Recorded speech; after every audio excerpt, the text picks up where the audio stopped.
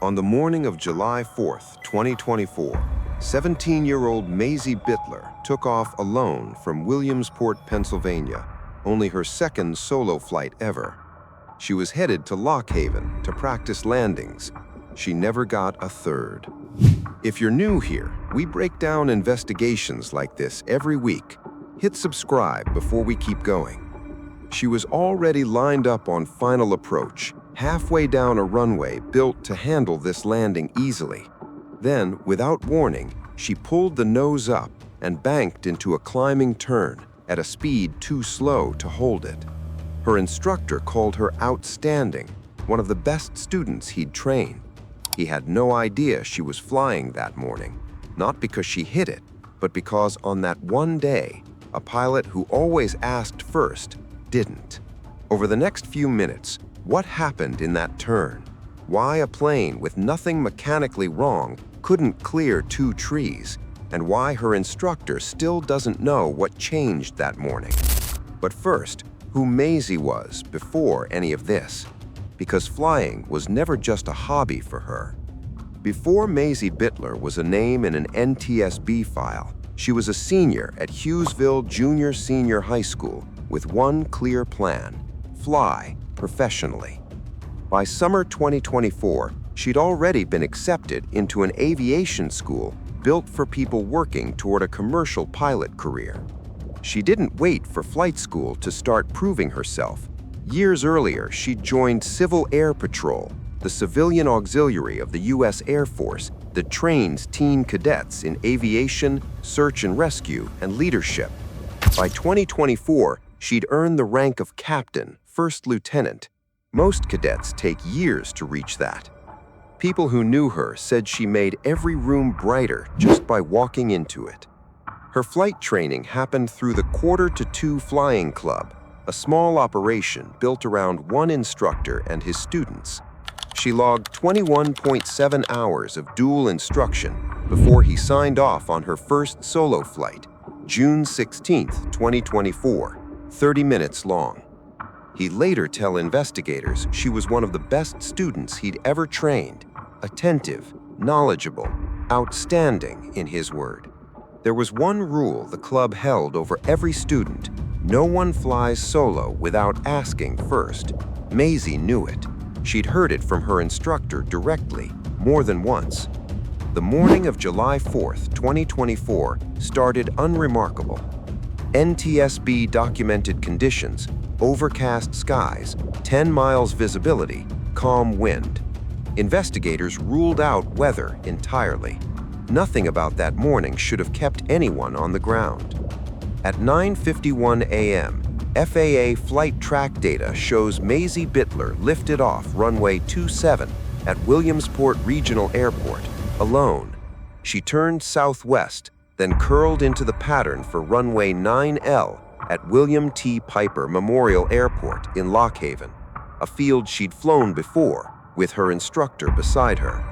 Downwind, base, final approach, lined up on a runway with plenty of room for a Cessna 172. By every measurement in the flight data, routine. Then, about halfway down that runway, she pulled up.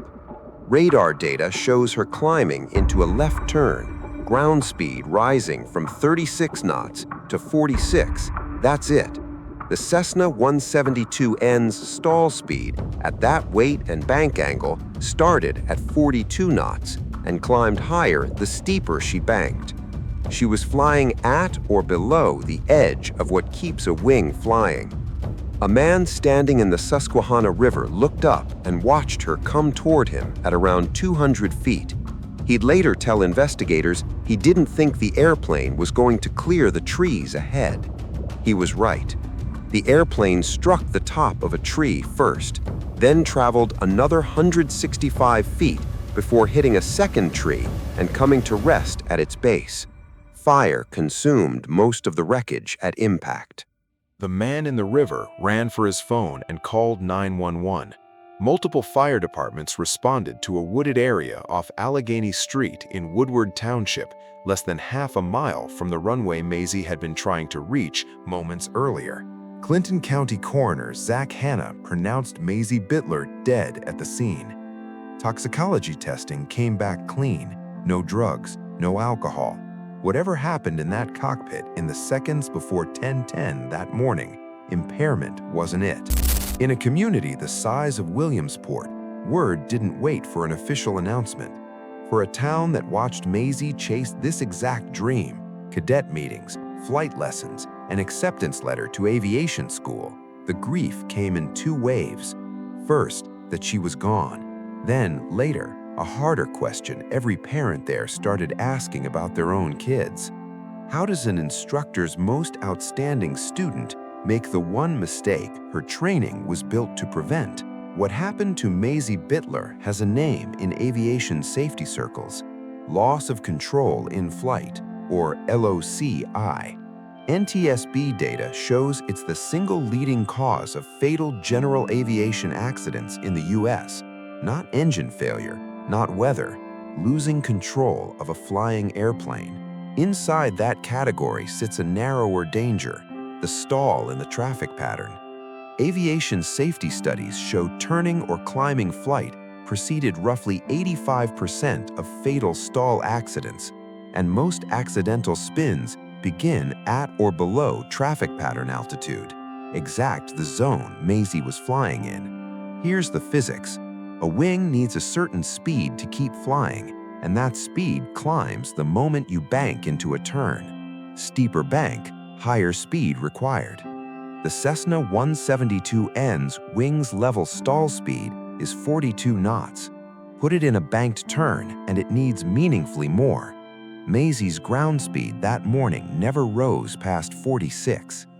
Then there's the human factor, documented through her own instructor. He told investigators Maisie may have felt anxious about finishing her private pilot certificate before her aviation school program began. That's not confirmed as the cause. It's the only explanation on record from the person who knew her flying best. That's exactly why the club's rule existed, not to control her, so someone would know her plan, check conditions, and be reachable if something went wrong. That morning, no one was. While investigators worked through wreckage and flight data, Hughesville moved at a different speed. On July 11, 2024, 7 days after the crash, more than 200 people gathered at Hughesville Junior-Senior High School for a candlelight vigil. Classmates lit candles. Some released lanterns into the evening sky. Cadets from her Civil Air Patrol squadron stood beside people who'd known her since grade school, trading the same description of her again and again: a light in every room she walked into. Nobody at that vigil had the numbers yet. They didn't know about the 36 or the 46. What they had was simpler and harder to carry. She was gone with no explanation attached. That gap between grief and answers sat there for over a year. The NTSB doesn't move fast, especially on cases where the aircraft checks out clean. Investigators pulled radar data, interviewed the instructor, examined the wreckage piece by piece for 13 months. The final report published August 29, 2025. If a story like this has made you think about someone you lost too soon, drop it in the comments. For the family, for her instructor, and for a flying club with one rule that existed for exactly this reason, that report finally arrived. What it confirmed is harder to hear than anything before it. By the time the NTSB closed its investigation, one part of the case was no longer in doubt. Investigators went over the wreckage and found nothing mechanically wrong. No engine failure, no structural defect, nothing that would have stopped it flying normally that morning. The Cessna had passed inspection months earlier. Whatever happened over Lock Haven July 4th, the plane wasn't to blame. The final report is direct. Bitler's premature turn onto the crosswind leg at an airspeed and altitude too low to support it caused the crash. Investigators believe she'd gone up simply to run pattern work, the same routine landings every student pilot has to master before a check ride. That's the part that's hard to square. Her instructor didn't describe a careless student. He described someone who paid close attention, picked things up fast, made progress he called exceptional. He'd gone over the club's one rule with her directly, more than once, and on July 4th, she went up anyway, a decision that ran against everything he'd taught her. The only explanation on record comes from that same conversation.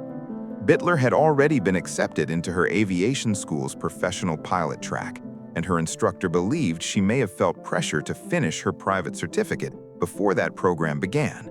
It's not confirmed. It's not something Maisie ever said herself on record to anyone.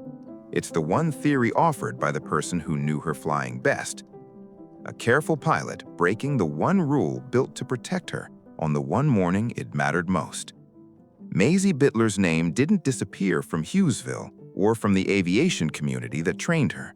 Her family established the Maisie Bitler Memorial Fund through Palco Federal Credit Union, a yearly scholarship in her name, putting a version of her dream into someone else's hands year after year.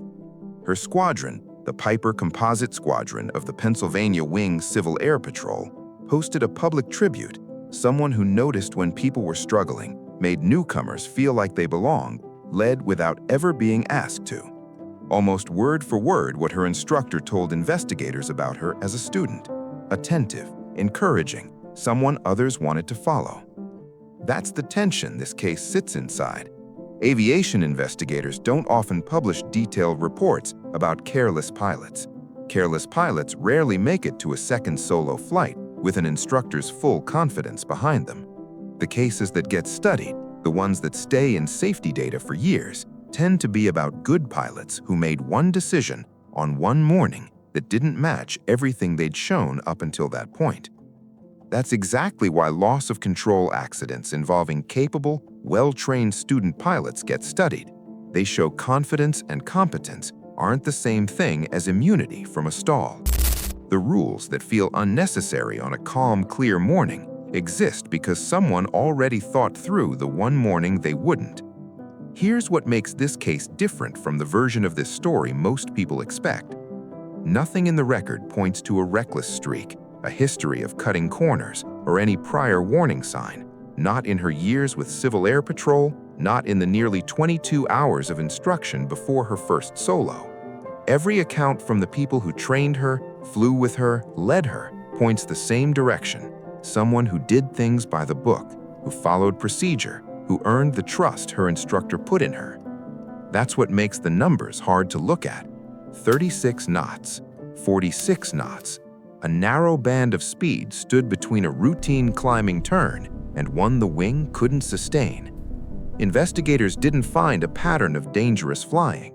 They found one climbing turn on one ordinary Thursday morning that fell on the wrong side of a line most pilots cross safely thousands of times over a career. That's the part that doesn't resolve into a clean lesson. It would be easier if this story came with an obvious villain, a corner someone cut on purpose, a warning sign everyone ignored. What it comes with instead is a 17-year-old who, by every account, was doing everything right until the final moments of a flight that should have ended the same way her first solo did. Routine, forgettable, another line in a logbook. Sometimes the hardest accidents to sit with aren't the ones caused by carelessness. They're the ones that happen to people who were careful almost every single time. Maisie Bitler's story doesn't end with a clean answer, because real ones rarely do.